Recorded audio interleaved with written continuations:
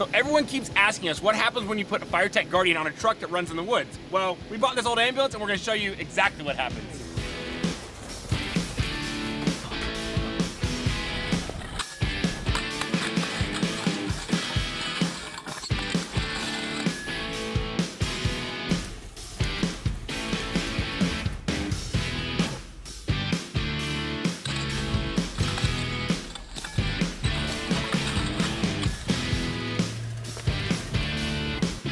All right, well, we're out in the woods. We managed to kill the DTV, but we haven't killed the FireTech products around the truck. We've got the Guardians on the side, we've got the Browlight on the front.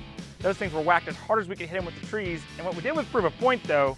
The DTV's transmission cooling lines got ripped off, and if you're in a fire truck, you're in an ambulance bashing through the woods like we were, it's more likely you're gonna damage your truck before you're gonna damage the FireTech steam lights on the side of it. For more information, check out the FireTech product online at HiVizLEDS.com. Until next time, I'm Sam, we'll see you later.